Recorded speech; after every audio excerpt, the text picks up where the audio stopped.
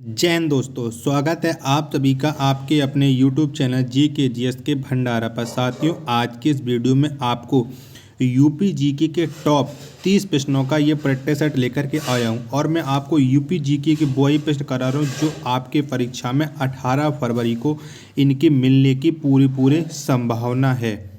तो प्यारे साथियों, इस प्रैक्टिस सेट को पूरा एंजॉय कीजिएगा और कमेंट बॉक्स में आप ये बताना कि आपको ये 30 प्रश्न कैसे लगे और आप इसे नोट करना चाहें तो आप किसी नोटबुक में नोट कर लीजिए, क्योंकि ये वो प्रश्न है जो सीधे आपको परीक्षा में मिलने वाले हैं। तो चलिए शुरू करते हैं और इस प्रैक्टिस सेट को आप अपने सभी दोस्तों के पास ज़रूर शेयर करना जो आपके साथ यूपी पुलिस भर्ती परीक्षा 2024 में सिलेक्शन लेने के लिए लगे पड़े हुए हैं। तो चलिए शुरू करते हैं।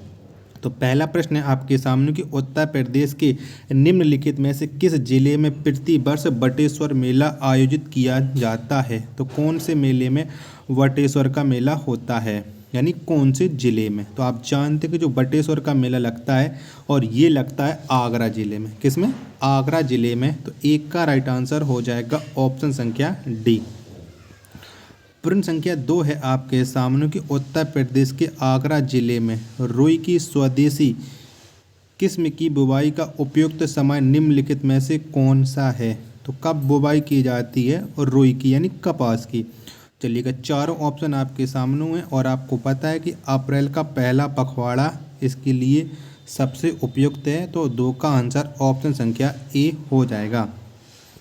चलिएगा, प्रश्न संख्या 3 है आपके सामने के वर्ष 2011 की जनगणना के अनुसार उत्तर प्रदेश की जनसंख्या का वृद्धि प्रतिशत क्या है। तो क्या है? तो उत्तर प्रदेश का जो वृद्धि प्रतिशत है जनगणना 2011 के अनुसार ये है 20.23%। 3 का आंसर ऑप्शन संख्या बी। प्रश्न संख्या 4 है आपके सामने कि उत्तर प्रदेश के निम्नलिखित में से किस जिले में केंद्र सरकार की अफीम फैक्ट्री स्थित है। तो कौन से ज़िले में अफीम फैक्ट्री है ये आपको बताना है। चारों ऑप्शन आपकी स्क्रीन पर बताइएगा। तो आप जानते कि जो अफीम फैक्ट्री है, क्या अफीम फैक्ट्री ये है गाजीपुर में। तो 4 का आंसर ऑप्शन संख्या बी हो जाएगा। अगला प्रश्न संख्या 5 है आपके सामने कि उत्तर प्रदेश के निम्नलिखित में से किस शहर में भारतीय रेल की कोच निर्माण इकाई आधुनिक रेल कोच फैक्ट्री स्थित है। तो कौन से ज़िले में ये स्थित है भारतीय रेल की कोच निर्माण की आधुनिक फैक्ट्री। तो ये स्थित है रायबरेली में। 5 का आंसर ऑप्शन संख्या ए हो जाएगा। प्रश्न संख्या 6 आपके सामने कि उत्तर प्रदेश में स्थित काशी एक प्रसिद्ध भारतीय तीर्थ केंद्र यह निम्नलिखित में से किस नदी के तट पर स्थित है। तो कौन सी नदी के तट पर स्थित है ये आपको बताना है। तो जो काशी प्रसिद्ध तीर्थ स्थल है ये स्थित है गंगा नदी के तट पर। किसके? गंगा नदी के तट पर। 6 का आंसर ऑप्शन संख्या डी इस प्रश्न का राइट आंसर हो जाएगा। प्रश्न संख्या 7 है आपके सामने कि उत्तर प्रदेश के निम्नलिखित में से किस शहर में राजकीय कला एवं शिल्प महाविद्यालय स्थित है। तो कौन से जनपद में स्थित है ये आपको बताना है, बताइएगा। तो राजकीय कला एवं शिल्प महाविद्यालय ये स्थित है लखनऊ में। कहाँ पर है? लखनऊ में है। 7 का आंसर ऑप्शन संख्या ए इस प्रश्न का राइट आंसर हो जाएगा। प्रश्न संख्या 8 है आपके सामने कि उत्तर प्रदेश का लखनऊ शहर निम्नलिखित में से किस हथकरघा उत्पादन केंद्रों के लिए प्रसिद्ध है। तो किसके लिए प्रसिद्ध है लखनऊ ये आपको बताना है। चारों ऑप्शन आपके सामने है। तो आप जानते हैं कि जो उत्तर प्रदेश है, क्या उत्तर प्रदेश चिकनकारी के लिए प्रसिद्ध है। 8 का आंसर ऑप्शन संख्या सी इस प्रश्न का राइट आंसर हो जाएगा। प्रश्न संख्या 9 है आपके सामने कि उत्तर प्रदेश का फिरोजाबाद निम्नलिखित में से किस उत्पादन के लिए प्रसिद्ध है। तो कौन से उत्पादन के लिए फिरोजाबाद प्रसिद्ध है। तो फिरोजाबाद ये है कांच की चूड़ियों के लिए प्रसिद्ध। 9 का आंसर ऑप्शन संख्या सी इस प्रश्न का राइट आंसर हो जाएगा। चलिएगा, तो प्रश्न संख्या 10 है आपके सामने की जनगणना 2011 के अनुसार उत्तर प्रदेश में बाल लिंगानुपात क्या है। तो कितना है उत्तर प्रदेश का बाल लिंगानुपात। तो उत्तर प्रदेश का बाल लिंगानुपात है 902। कितना? 902। 10 का आंसर ऑप्शन संख्या डी।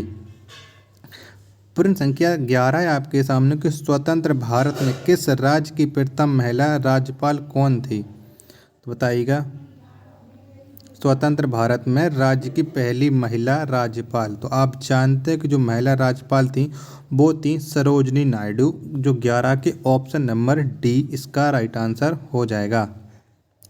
प्रश्न संख्या 12 है आपके सामने कि उत्तर प्रदेश का कौन सा जिला नेपाल के साथ अपनी सीमा साझा नहीं करता है? तो इनमें से कौन सा जिला है जो नेपाल के साथ अपनी सीमा नहीं लगाता? बाकी के 3 जिले हैं ये नेपाल के साथ अपनी सीमा साझा करते हैं। और आप जानते हैं कि नेपाल के साथ उत्तर प्रदेश के 7 जनपद सीमा बनाते हैं। तो जो सीतापुर है ये नहीं बनाता है नेपाल के साथ अपनी सीमा। 12 का आंसर ऑप्शन संख्या सी इस प्रश्न का राइट आंसर हो जाएगा। प्रश्न संख्या 13 है आपके सामने कि उत्तर प्रदेश का कौन सा जिला उत्तर प्रदेश और बिहार की सीमा पर स्थित है? तो बताइएगा इनमें से कौन सा जिला स्थित है? तो ये बलिया। कौन सा? बलिया जिला प्रसिद्ध है, बलिया जिला स्थित है उत्तर प्रदेश और बिहार की सीमा पर। यानी 13 का राइट आंसर ऑप्शन संख्या डी इस प्रश्न का राइट आंसर हो जाएगा। प्रश्न संख्या 14 है आपके सामने कि उत्तर प्रदेश के किस शहर को सुहाग नगरी कहा जाता है? तो कौन से जनपद को हम सुहाग नगरी कहते हैं और यहाँ पर कांच की चूड़ियों के लिए ये शहर प्रसिद्ध है? तो वो कौन सा शहर है? तो वो है फिरोजाबाद। कौन सा है? फिरोजाबाद। 14 का आंसर ऑप्शन संख्या ए इस प्रश्न का राइट आंसर हो जाएगा। प्रश्न संख्या 15 है आपके सामने कि निम्नलिखित नेताओं में से कौन से नेता गोरखनाथ मंदिर और मठ के पुजारी भी थे? तो कौन थे बताइएगा। प्रश्न संख्या 15 का राइट आंसर कौन हो जाएगा? तो इनमें से योगी आदित्यनाथ जी जो गोरखनाथ मंदिर के मठ के पुजारी थे और ये वर्तमान में अपने उत्तर प्रदेश राज्य के मुख्यमंत्री हैं। तो 15 का राइट आंसर ऑप्शन संख्या बी इस प्रश्न का राइट आंसर हो जाएगा। प्रश्न संख्या 16 है आपके सामने कि सारनाथ वह पवित्र स्थान जहां भगवान बुद्ध ने अपना पहला उपदेश दिया था वह निम्नलिखित में से किस शहर के बहुत नज़दीक स्थित है? तो कौन से शहर के नज़दीक स्थित है सारनाथ, ये बताना। चारों ऑप्शन आपके सामने हैं। तो आप जानते हैं कि जो सारनाथ है ये वाराणसी के बहुत नज़दीक है। तो इसका राइट आंसर हो जाएगा ऑप्शन संख्या डी।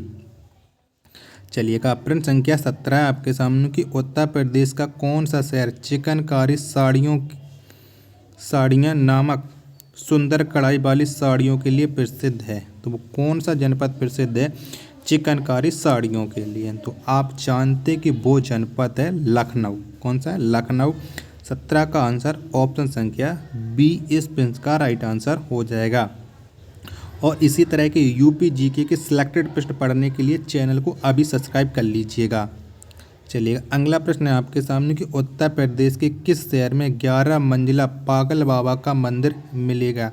तो कौन से जनपद में मिलेगा? तो वृंदावन में मिलेगा पागल बाबा का मंदिर। 18 का आंसर ऑप्शन संख्या ए हो जाएगा। प्रश्न संख्या 19 है आपके सामने कि बुंदेलखंड नामक क्षेत्र निम्नलिखित में से किस सीमा के अंतर्गत आता है? तो कौन से सीमा के अंतर्गत आता है ये आपको बताना है। चलिए चारों ऑप्शन में आपको दिखा देता हूँ, बताइएगा। तो जो बुंदेलखंड नामक क्षेत्र है ये उत्तर प्रदेश और मध्य प्रदेश सीमा के अंतर्गत आता है। तो 19 का जो राइट आंसर होगा वो ऑप्शन संख्या बी इस प्रश्न का राइट आंसर हो जाएगा। चलिएगा, तो प्रश्न संख्या 20 है आपके सामने कि उत्तर प्रदेश की कौन सी जनजाति दिवाली को शोक के रूप में मनाती है? तो कौन सी जनजाति मनाती है? तो आप जानते हैं कि दिवाली को शोक के रूप में मनाती है थारू जनजाति। कौन सी? थारू। जो 20 का आंसर होगा वो ऑप्शन संख्या बी इस प्रश्न का राइट आंसर हो जाएगा। चलिएगा, तो प्रश्न संख्या 21 है आपके सामने कि उत्तर प्रदेश के किस जिले में सर्वप्रथम सोलर ऊर्जा संयंत्र प्रारंभ किया गया? तो कौन से जनपद में प्रारंभ किया गया है? तो जो सोलर ऊर्जा संयंत्र है ये अलीगढ़ जनपद में प्रारंभ किया गया। 21 का आंसर हो जाएगा ऑप्शन संख्या सी इस प्रश्न का राइट आंसर। प्रश्न संख्या 22 है आपके सामने कि भारत कला भवन स्थित है, तो कौन से शहर में भारत कला भवन स्थित है? तो भारत कला भवन ये बनारस में स्थित है, बनारस यानी वाराणसी। 22 का आंसर ऑप्शन संख्या बी इसका राइट आंसर हो जाएगा। प्रश्न संख्या 23 है आपके सामने कि जनगणना 2011 के अनुसार उत्तर प्रदेश में लिंगानुपात है, तो कितना है उत्तर प्रदेश में लिंगानुपात जनगणना 2011 के अनुसार? तो ये है 912। कितना है? 912।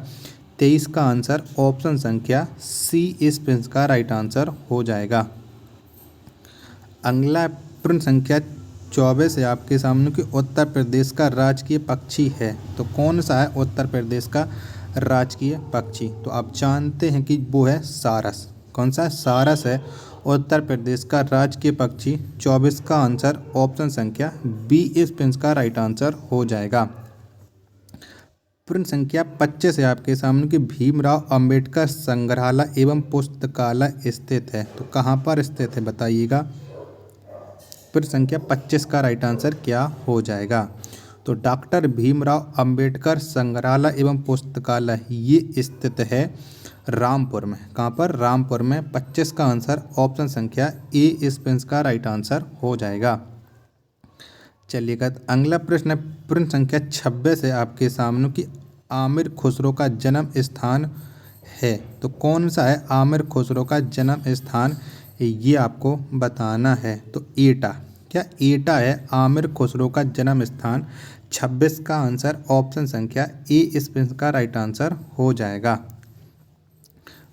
प्रश्न संख्या 27 है आपके सामने कि उत्तर प्रदेश में शेर सफारी स्थित है, तो कहाँ पर स्थित है शेर सफारी? 2 ऑप्शन अभी आप ये देख लीजिएगा, 2 ऑप्शन मैं अभी आपको और दिखा दे रहा हूँ, बाकी के 2 ऑप्शन ये रहे। तो आप जानते हैं कि जो शेर सफारी या लायन सफारी ये इटावा में स्थित है। तो 27 का आंसर ऑप्शन संख्या डी इस प्रश्न का राइट आंसर हो जाएगा। चलिए प्रश्न संख्या 28 है आपके सामने कि प्रसिद्ध चरकुला नृत्य संबंधित है, तो कौन से क्षेत्र से चरकुला नृत्य संबंधित है? तो ब्रजभूमि से। कैसे? ब्रजभूमि से ये चरकुला नृत्य संबंधित है। 28 का आंसर ऑप्शन संख्या सी इस प्रश्न का राइट आंसर हो जाएगा। प्रश्न संख्या 29 है आपके सामने कि औद्योगिक अभिलाषुता विज्ञान केंद्र स्थित है, तो कहाँ पर ये स्थित है बताइएगा। प्रश्न संख्या 29 का राइट आंसर क्या हो जाएगा? तो औद्योगिक अभिलाषुता विज्ञान केंद्र ये लखनऊ में स्थित है। 29 का आंसर ऑप्शन संख्या सी इस प्रश्न का राइट आंसर हो जाएगा। प्रश्न संख्या 30 और लास्ट प्रश्न है आज के इस फिटनेस सेट का कि वर्ष 2016 में उत्तर प्रदेश प्रवासी दिवस किस दिन मनाया गया, तो कब मनाया गया था उत्तर प्रदेश प्रवासी दिवस? ये आपको बताना है। 30 का राइट आंसर क्या हो जाएगा? तो ये मनाया गया था 4 जनवरी को। 30 का आंसर ऑप्शन संख्या ए। तो साथियों अगर आपको ये प्रैक्टिस सेट पसंद आया तो वीडियो को लाइक कमेंट चैनल को सब्सक्राइब करना ना भूलें। अगर आप इसी तरह के और यूपी जीके के प्रश्न पढ़ना चाहते हैं तो कमेंट बॉक्स में ज़रूर बताओ। मैं नेक्स्ट वीडियो आपके लिए जल्दी लेकर के आने वाला हूँ। मिलते हैं अपन नेक्स्ट वीडियो में, तब तक के लिए धन्यवाद। जय हिंद।